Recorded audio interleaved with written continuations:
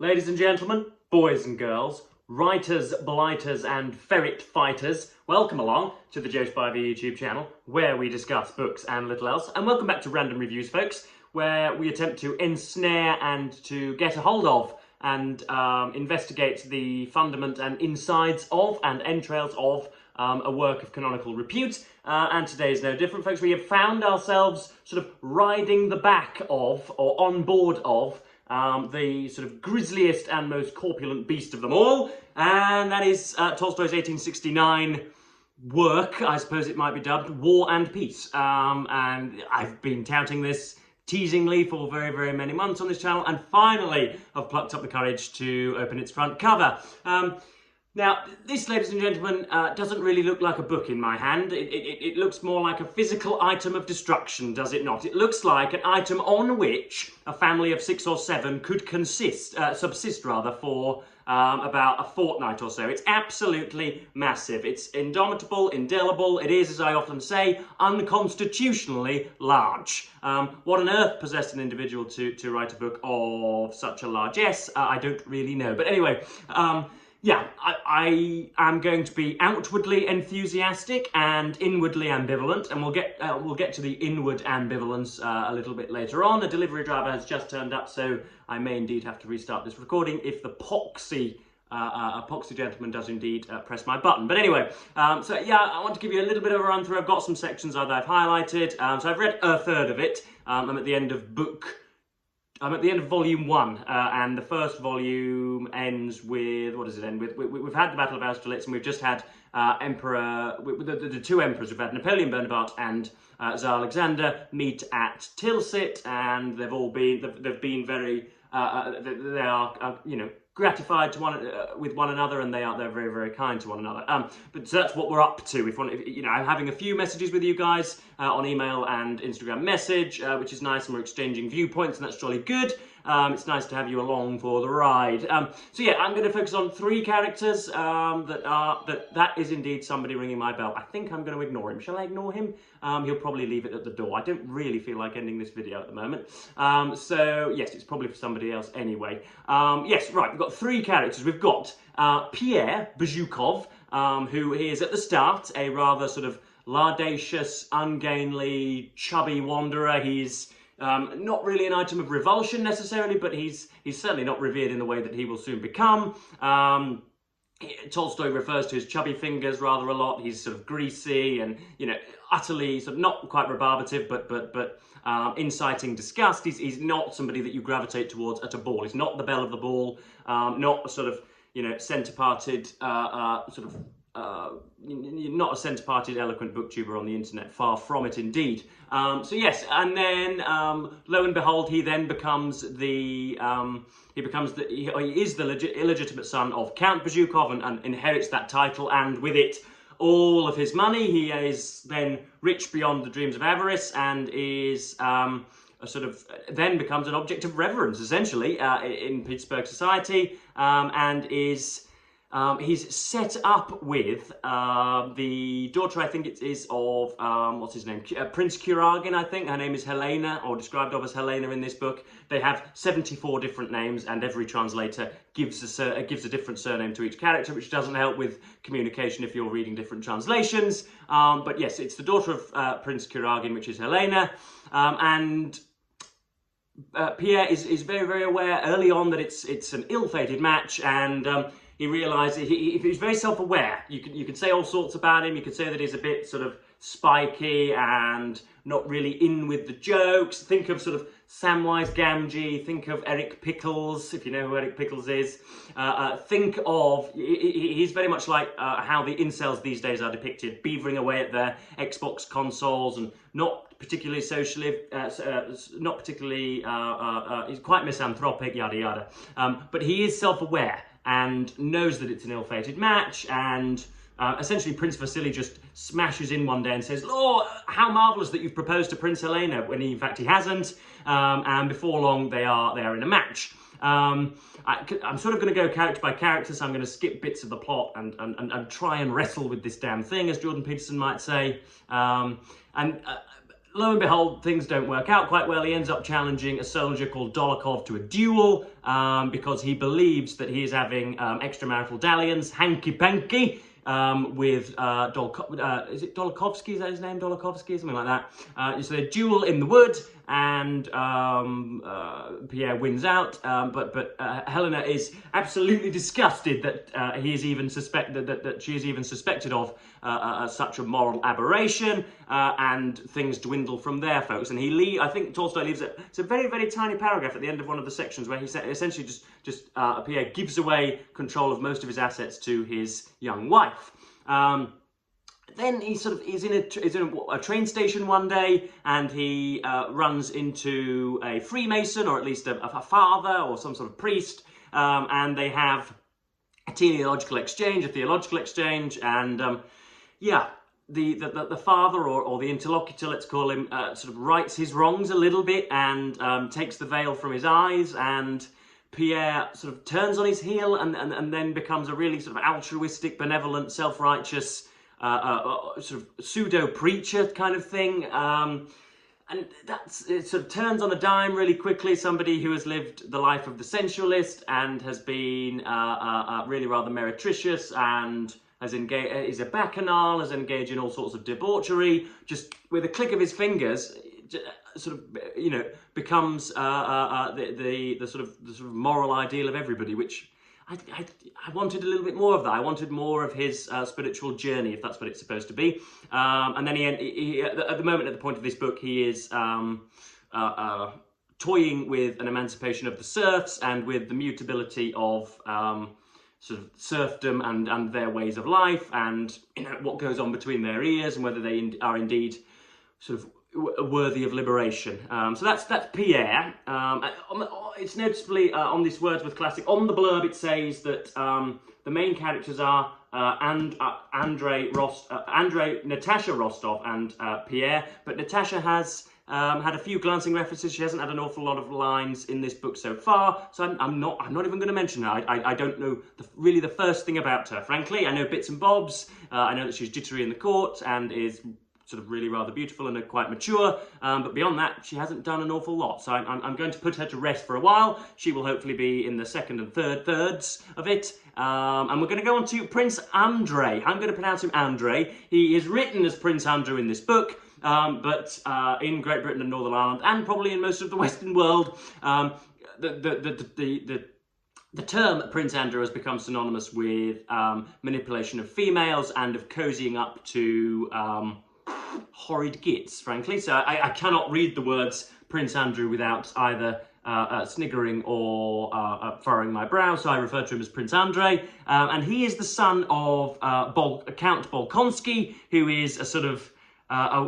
he's a sort of stark and himself diminutive figure at Bald Hills, which is I think it's sort of a rural seat. And yeah, he's got a wife, and Count Bolkonsky has a daughter called Princess Mary, who is therefore Andrei's sister. There are just dozens and dozens of characters in here, folks, who pop their heads above the parapet for 5 or 6 seconds and then bugger off for 10 pages and are introduced again with different middle names and surnames. So it's a little hard to track for my muesli-minded adolescent brain, but nonetheless, I'm sure you'll forgive me. So yes, Prince Andrei, he is he's not cannon fodder. He goes off to the war between France and Russia, with the Austrians on the Russian side rather. And yes, you've got the Battle of Austerlitz, in which Andrei plays not a significant role, but he is. What is he? Is he a hussar? Is that right? Is he a hussar? I did once read Adam Zamoyski's 1812, which didn't really go into this in detail, but at least referenced Austerlitz rather a lot. But again, that's all gone out of my head, so I can't quite remember the sort of historical antecedents of the battle and the prerequisites that led to the engagement, but who knows. So we have Austerlitz, which is a brutal defeat for the Russians, really. It's characterized as an organized and sort of stately retreat from Kutuzov and Prince Bagration, but it is in fact a sorry defeat rather. And Andrei is very often looking for what is referred to multiple times as his Toulon moment. So he knows that he's really rather far down the pecking order. He's never going to have to he's probably never going to have to engage in battle. He's probably never going to have to lop someone's head off or feel his own head be slammed into the mud. But he is going to be a coordinator and is essentially going to be a messenger, and knows that he's going to have to show great heroism in order to climb the rungs. And so he keeps referring to his too long moment. How on earth will I sort of fly the flag for my country? How on earth will I take the French at their word and plunge a knife into someone's heart and make myself relevant? This is he's a nice guy that you really want to like, and yeah, I don't really know what to say beyond that. Frankly, he is captured by the French, and a letter is sent back to Count Bolkonsky, who thinks him dead essentially. That's the first bit of emotion we get from Count Bolkonsky, and where his wife goes into labour, and she has a daughter, and does the insufferable and really rather inconvenient thing of buggering off to heaven. She has a child and then dies, which again isn't really dwelt upon in any way. Ask Tolstoy to go into infinite detail about the arrangements of a battle engagement, and how indeed the infantry are all arrayed and what's going on the left and the right and the topography of the land. He'll give you that in exhaustive detail. But the death of a pregnant mother, no, we'll have 4 lines on that, and they'll tell you how Andrei's a little bit upset and how Princess Mary steps in as the mother figure. But beyond that, we're not going to dive into that just yet. We're gonna bugger off back to Austerlitz. So yeah, and then we have the third character, who is Nicholas Rostov, and he's a great sort of microcosm of the Russian heart and the Russian feeling. He is he reveres the emperor, as is referred to, Tsar Alexander, in an almost preternatural way. It's unswerving. He's an unswerving acolyte. Just cannot countenance he cannot take in and tolerate his charisma, and just wants the chance merely just to die in front of him to show how much of a committed subject he is. And there's a really excellent section when he gets, I think it's his entire left arm lopped off, and suffers greatly because of that. He is great friends with a bloke called Denisov, who Tolstoy gives a lisp, and rather than adumbrate and show how much of a fool Denisov is, gives him a speech impediment. He can't pronounce his R's. So every time, if it's like if we're regal Russians, he pronounces it wegal Wussians and that type of thing, rather than indicate just how stupid he is.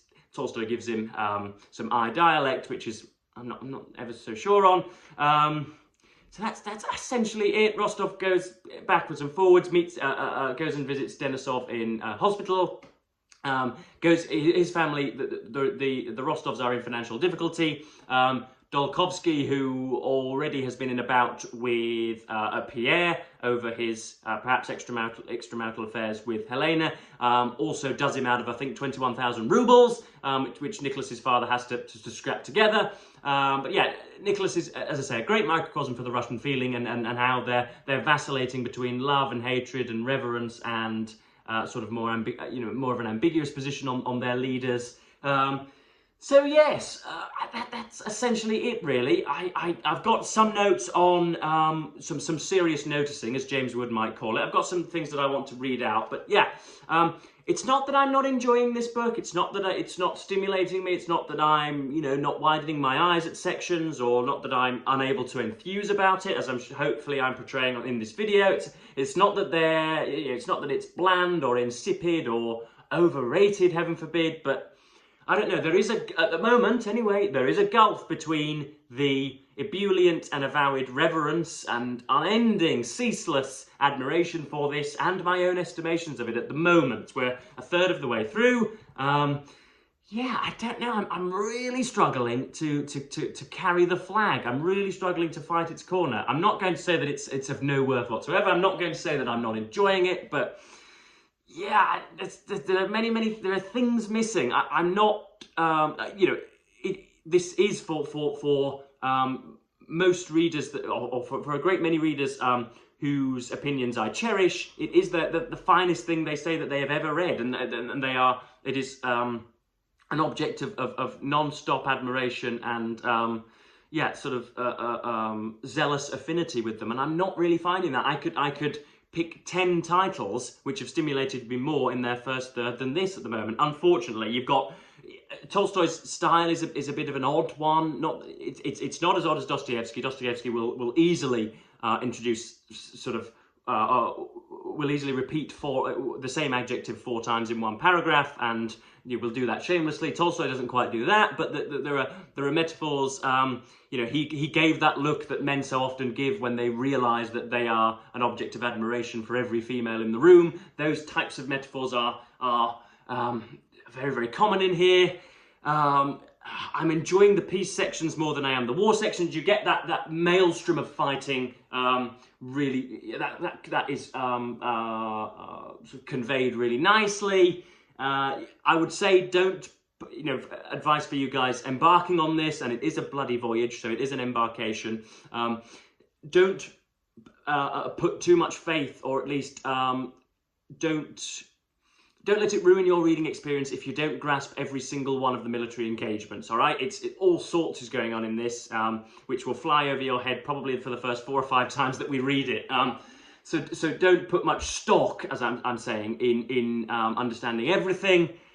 But yeah, I don't know. I was keen to have a little bit more of a rumination from Pierre, and I was just, I don't know. I'm just not. I'm certainly not. Cancelling all plans. I'm certainly not, giving up my invitation to weddings in order to read this thing. I'm certainly not, travelling across the globe to get a different copy of it. It's just, I don't know. It's not doing it for me really at the moment, folks. I feel like an apostate, and I feel blasphemous and heretical because this is so well loved. I don't know whether I'm reading it too quickly, but a book doesn't, sort of lend itself to speed reading, then what does that say about it? I'm not sure. I'm not sure whether it's the translation that's not doing it for me. It might be that. In fact, that probably is it. I'm not swimming with the translation.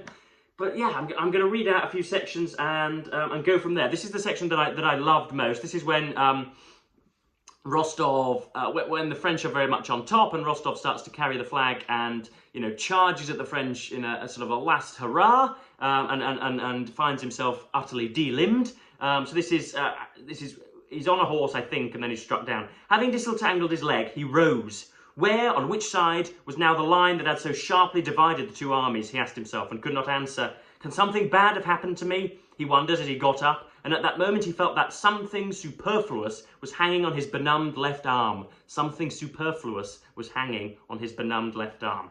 The wrist felt as if it were not his. He examined his hand carefully, vainly trying to find blood on it. Ah, here are people coming, he thought joyfully, seeing some men running towards him. They will help me. In front came a man wearing a strange shako and a blue cloak, swarthy, sunburnt, and with a hooked nose. Then came 2 more, and many more running behind. One of them said something strange, not in Russian.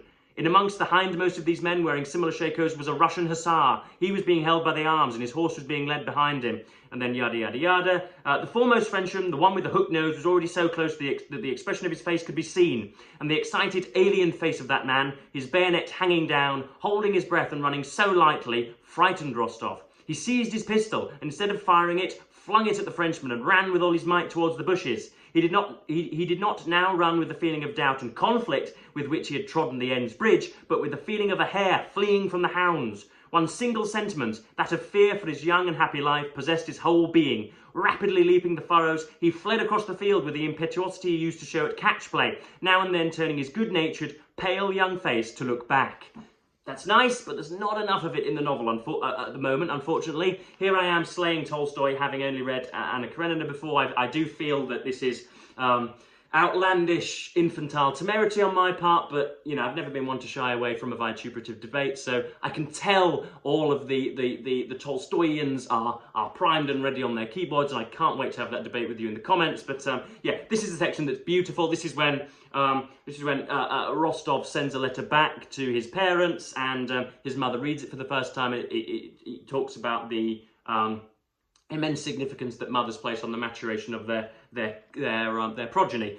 Nicholas's letter was read over hundreds of times, and those who were considered worthy to hear it had come to the Countess, for she did not let it out of her hands. The tutors came, and the nurses, and Dmitri, and several acquaintances, and the Countess reread the letter each time with fresh pleasure, and each time discovered in it fresh proofs of Nikolenka's virtues. How strange, how extraordinary, how joyful it seemed that her son, the scarcely perceptible motion of whose tiny limbs she had felt 20 years ago within her, that son about whom she used to have quarrels with the too indulgent count, that son who had first learnt to say père and then granny, that this son should now be away in a foreign land amid strange surroundings, a manly warrior doing some kind of man's work of his own without help or guidance. The universal experience of ages, showing that children do grow imperceptibly from the cradle to manhood, did not exist for the Countess. Her son's growth towards manhood at each of its stages had seemed as extraordinary to her as if there had never existed the millions of human beings who grew up in the same way. As 20 years before, it seemed impossible that the little creature who lived somewhere under her heart would ever cry, suck her breast and begin to speak. So now she could not believe that that little creature could be this strong, brave man, this model son and officer, that judging by this letter, he now was. Again, gorgeous and, a really, really, really nice paragraph. But the reason that these have been... my first sign of when I'm either... Not that I'm not enjoying a book or that I'm not overly positive about a book, because if it's either of those antipodes, if I'm loving a book or finding it detestable, then I'm primed and ready with my pencil, either being scurrilous and really rather, what would you say, obtrusive, or I'm glorifying it with my annotations. I'm doing neither of those things. I am sort of apathetic and indifferent, frankly, folks. I don't know whether that's the huge heft of it. I don't know whether it's this march of the mammoths that is indeed sitting on my stomach, or at least my head, and crushing my cerebral matter into sputum. I'm not sure. But this next section is when, this is the unfounded jealousy of Pierre, when he looks at Dolokhov across the banquet table and ascertains, he thinks that he is having an affair with his wife. The unsolved problem that tormented him was caused by hints given by the princess, his cousin at Moscow, concerning Dolokhov's intimacy with his wife, and by an anonymous letter he had received that morning, which in the mean, jocular way common to anonymous letters said that he saw badly through his spectacles, but that his wife's connection with Dolokhov was a secret to no one but himself. Pierre absolutely disbelieved both the princess's hints and the letter, but he feared now to look at Dolokhov, who was sitting opposite him. Every time he chanced to meet Dolokhov's handsome, insolent eyes, Pierre felt something terrible and monstrous rising in his soul and turned quickly away. Involuntarily recalling his wife's past and her relations with Dolokhov, Pierre saw clearly that what was said in the letter might be true, or might at least seem to be true, had it not referred to his wife. He involuntarily remembered how Dolokhov, who had fully recovered his former position after the campaign, had returned to Petersburg and come to him.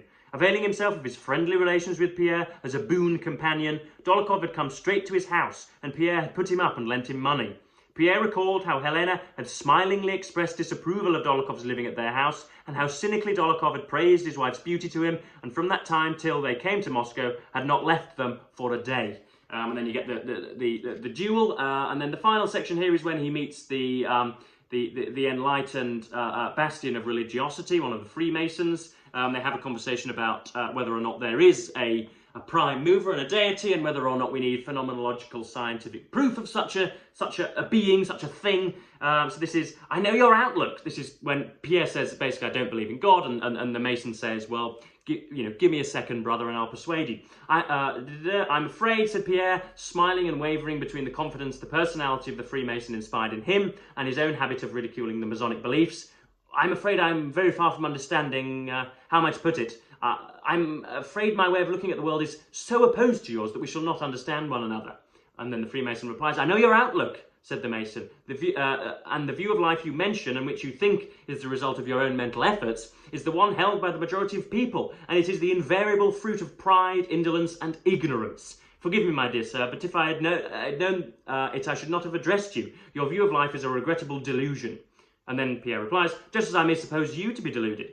And then he replies, I should never dare to say that I know the truth, said the Mason, whose words struck Pierre more and more by their precision and firmness. No one can attain to truth by himself, only by laying some stone on stone with the cooperation of all. By the millions of generations from our forefather Adam to our own times is that temple reared which is to be worthy of a dwelling place of the great God, he added. Yada, yada, yada. He paused and sighed, evidently trying to calm himself. If he were not, he said quietly, you and I would not be speaking of him, my dear sir. Of whom, of what are we speaking? Whom hast thou denied, he suddenly asked, with exulting austerity and authority in his voice. Who invented him if he does not exist? Whence came thy conception of the existence of such an incomprehensible being, capital B? Why didst thou, and why did the whole world conceive the idea of the existence of such an incomprehensible being, a being all-powerful, eternal, and infinite in all his attributes? And Pierre is essentially sort of strong-armed into belief after that, and has a little a sort of a period of respite at a Masonic Masonic convention, convent, and then goes on to try and adduce the observable brilliance of, or at least the existence of, his Almighty God. So that's pretty much where we're at now. We've got we've just had the Treaty of Tilsit, and I can't wait for more military engagements. But yeah, I don't know. I'm a little indifferent at the moment, folks. I'm going to soldier on, if you'll pardon the pun, see where we go from there. But I am. I hope at least that I'm destined. I am certainly determined to finish the bleeder and go from there. But yeah, please do let me know what I'm missing out on. Is it perhaps the Louis and Alma Maud translation that I'm falling foul of? But yeah, I was hoping to smash through this and love it, and I don't know. It seems to inspire an awful lot of sort of chin-stroking, nebulous spiritual analysis. Lots of you guys are talking about Tolstoy's proclivity towards, tipping up the apple cart or giving us new perspectives. I don't know. It seems to be, I don't know, a sort of a port of all sorts of dewy-eyed thinking on the matter. But I don't really know.